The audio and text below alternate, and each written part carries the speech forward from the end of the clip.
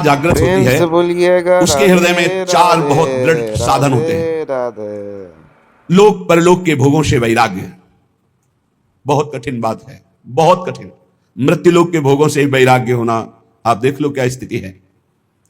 अगर लोक परलोक के भोगों से वैराग्य नहीं तो ज्ञान की बातें बघाड़ सकता है, ज्ञानी नहीं हो सकता, ब्रह्मबोध नहीं हो सकता। दूसरा, नित्यानित्य वस्तु का विवेक दृढ़, सत्य क्या है और असत्य क्या है इसका पूर्ण निर्णय हो चुका है, उसे विवेकवान कहते हैं। तीसरा, शम दम उपरति, तितिक्षा, श्रद्धा, समाधान, ये सठ संपत्ति। शम इंद्रियों का निग्रह, दम मनोनिग्रह, उपरति भोगों की स्थिति है ही नहीं, भोग है ही नहीं, ऐसी स्थिति है, त्याग वैराग्य से ऊपर उपरति। तितिक्षा महान सहनशील, श्रद्धा गुरु और संत वाक्य शास्त्र वाक्य यथावत बिल्कुल ज्यों का त्यों मानना, समाधान चित्त अपने लक्ष्य पर स्थित हो चुका है। और चौथा, मुमुक्षता, घोर मुमुक्षता, कैसे ब्रह्मबोध हो, भारी व्याकुलता।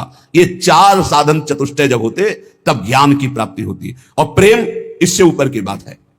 इंद्रियों का दमन, द्वंद्वों का सहन करना, मान अपमान, लाभ हानि, दुख सुख, भोगों में उपरति, अटल श्रद्धा, संदेह रहित मन की स्थिति, ये शांत रस में पाई जाती। जो ब्रह्माकार वृत्ति की बात कहेगी हमारे यहां, वो भाव देश में शांत रस में है।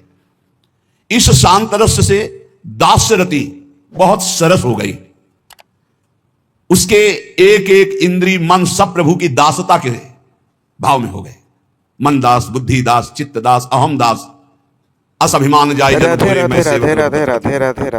हम श्री श्यामा जो केवल अभिमानी। ये दासत्व मूल सबके अंदर रहता है, हर भाव में दासत्व रहता है।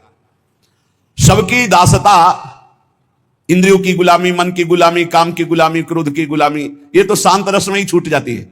समझिए कौन से रस में हो, शांत रस में ये सब छूट जाती। दास्य भाव तो और आगे की बात।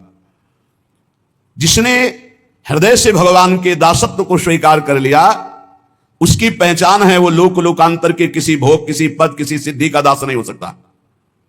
जब ये भाव प्रगाढ़ उत्कृष्टतर होता है तब उसके हृदय में सख्य भाव और गाढ़ वात्सल्य और महामाधुर श्रृंगार रस, गोपी भाव और फिर सहचरी भाव। इसलिए इस भाव तक पहुंचना साधना के बल पर असंभव है।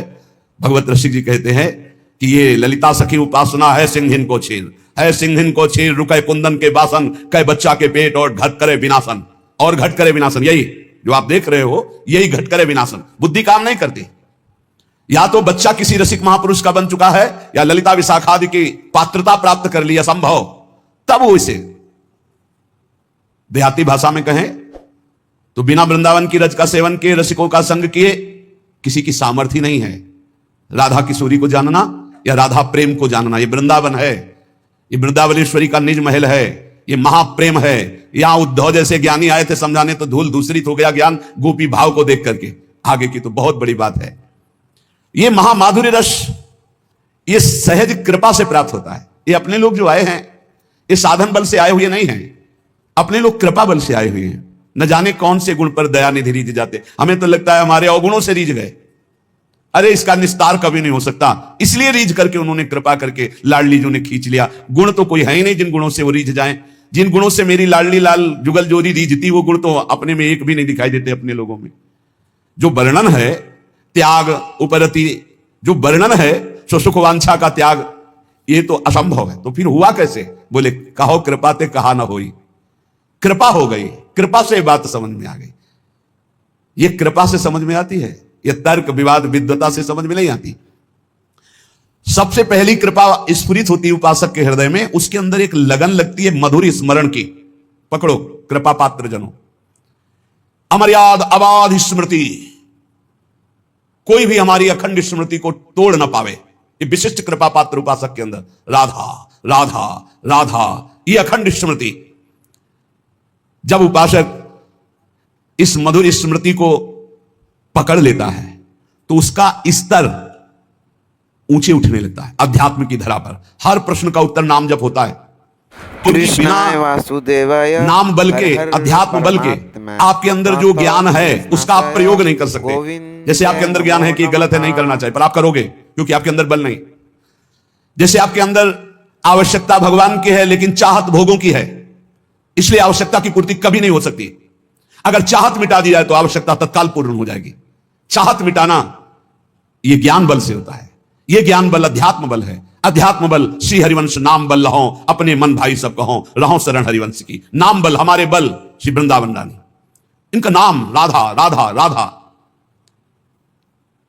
जो प्रेम मार्ग का पथिक होता है वो किसी भी बंधन से मुक्त होने की प्रार्थना नहीं करता, मेरे ये दोष मिट जाए, मेरे द्वंद्व मिट जाए, मेरा ये दुख मिट जाए। नहीं प्यारे, यदि दोष दुख द्वंद्व देखकर मुस्कुराते हो तो सदैव हमारे पास रहे और आप मुस्कुराते रहो, बस ये। चाहो न सुगति सुमति संपत्ति कछु रिद्धि सिद्धि विपुल बढ़ाई, हेतु रहित अनुराग राम पद बढ़ो अनुदिन अधिकाई। चाहो न सुगति, मेरा कल्याण हो जाए, मुझे नहीं। सुमति, मैं बहुत सुंदर बुद्धि वाला। संपत्ति, मेरी रिद्धियां सिद्धियां विपुल बढ़ाई, प्रतिष्ठा नहीं। गोस्वामी तुलसीदास जी कहते प्रेमी जो प्रेम मार्ग का पथिक होता है, चाहो न सुगति सुमति संपत्ति कछु रिद्धि सिद्धि विपुल बढ़ाई, हेतु रहित अनुराग राम पद बढ़ो अनुदिन अधिकाई। बिना हेतु के आराध्य देव में प्रतिपल प्रेम बढ़ता रहे, बस मुझे और कोई सुगति सुमति संपत्ति रिद्धि सिद्धि प्रतिष्ठा मान बढ़ाई नहीं चाहिए प्रभु, नहीं चाहिए। सालोक्य सारिष्ट सामीप्य सारूप्यैकत्व मप्युत दीयमानम न गृहणंती बिना मत सेवनम जना। भगवान देते हैं ऐसे भक्त को ये 5 प्रकार के मोक्ष। सर्वेश्वरमय भगवान के समान लोक में निवास करना सालोक्य, भगवान के ऐश्वर्य के समान ऐश्वर्य की प्राप्ति होना सारिष्ट, भगवान के समीप रहने का अधिकार प्राप्त होना सामीप्य, भगवान के समान रूपाकृति प्राप्ति होना सारूप्य, भगवान में एक हो जाना, लीन हो जाना, एकत्व। 5 प्रकार के मोक्ष देने पर भी प्रेमी भक्त इनको स्वीकार नहीं करता, औरों की तो बात जाने दो।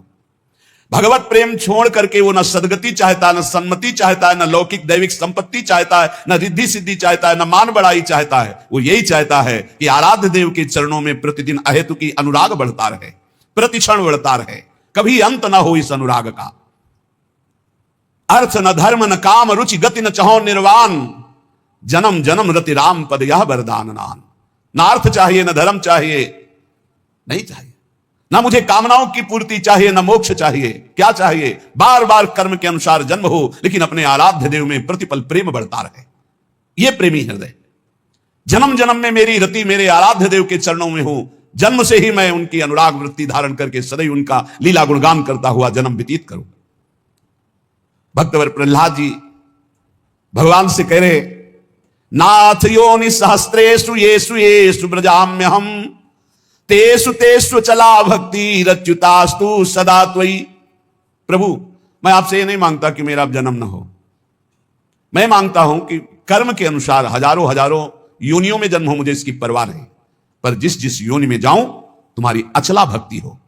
हरिवंश महाप्रभु कहते हैं, यत्र यत्र मम जन्म कर्म भिन्न नारके परमे पदे अथवा राधिका रति निकुंज मंडली तत्र तत्र हृदय में विराजता। जहां जहां मेरे कर्म के अनुसार जन्म, चाहे नारकी योनियों में चाहे परम पद में, मुझे इसकी कोई परवाह नहीं।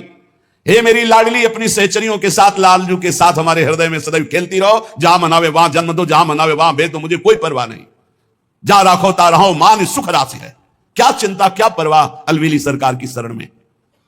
प्रेमावतार महाप्रभु गौरांग देव चैतन्य देव जी कह रहे हैं, न धनम न जन्म न सुंदरीम कविताम वा जगदीश कामये मम जन्मन जन्मनीश्वरे भवता भक्ति रहे तुकी त्वयि।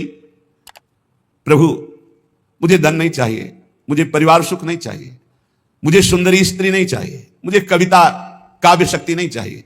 हे जगदीश, हे मेरे श्री कृष्ण, बार बार जन्म हो कर्म के अनुसार, पर आपकी अहेतु की भक्ति से युक्त हूं। धन जन कविता सुंदरी चहो न मैं जगदीश, बनी रहे प्रति जन्म में भक्ति अहेतु की। यही जोनि जन्मो कर्म बस आराम। श्री कृष्ण राधे राधे। हमें क्या चिंता। इस परम प्रेम स्वरूपा भक्ति मार्ग में जिस साधक को यह मार्ग मिल जाता है वो अनन्य हो जाता है, उसकी पहचान है। जिस साधक को यह प्रेम भक्ति का मार्ग मिलता है उसमें अनन्यता आ जाती है। बहुत खास बात है, खास बात है। बने तो रघुबर ते बने और बिगड़े तो भरपूर, तुलसी और अंते बने ताबन बे पे धूर। एक बार श्री सूरदास जी महाराज और महामहिम गोस्वामी तुलसीदास जी महाराज मिले। दोनों हरि के अनन्य भक्त, दोनों पहुंचे हुए महापुरुष। विनोद हुआ। गोस्वामी जी से श्री सूरदास जी ने कहा, आपके प्रभु श्री राम तो द्वादश कलाओं से युक्त है और मेरे श्री कृष्ण षोडश कलाओं से युक्त है। अच्छा, मेरे प्रभु द्वादश कलाओं से? मैं तो सिर्फ अपने राम को राम मान करके, किसी कला या किसी गुण या किसी महिमा मान करके मैं नहीं, मेरे राम सिर्फ मेरे राम है। मैं तो दशरथ नंदन राम का सेवक हूं। बस आपने बताया द्वादश कला, ओहो, आज तो और हमारी छाती चौड़ी। वहां नहीं गई, षोडश कला पे बुद्धि नहीं गई।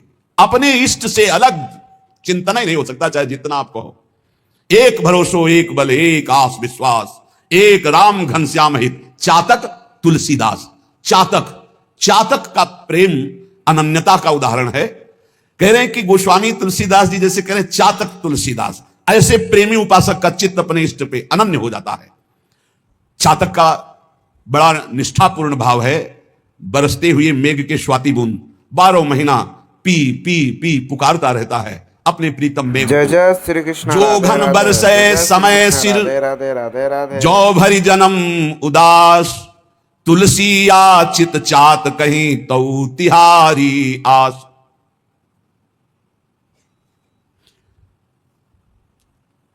चातक केवल एक मेघ से स्वाति बूंद चाहता है, वो दूसरे की तरफ ताकता नहीं, प्यासा मर जाए दूसरे जल में चोंच नहीं डालेगा।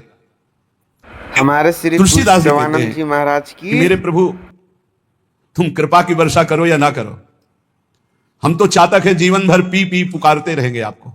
यही भक्ति है, यही स्वरूप है, यही निश्चिंतता है, यही बेपरवाही, यही एकांतिक प्रेम है हमारा। एकागी, एकमात्र अपनी तरफ से हम प्रभु से प्रेम करते, वो करे ना करें हमें उनकी परवाह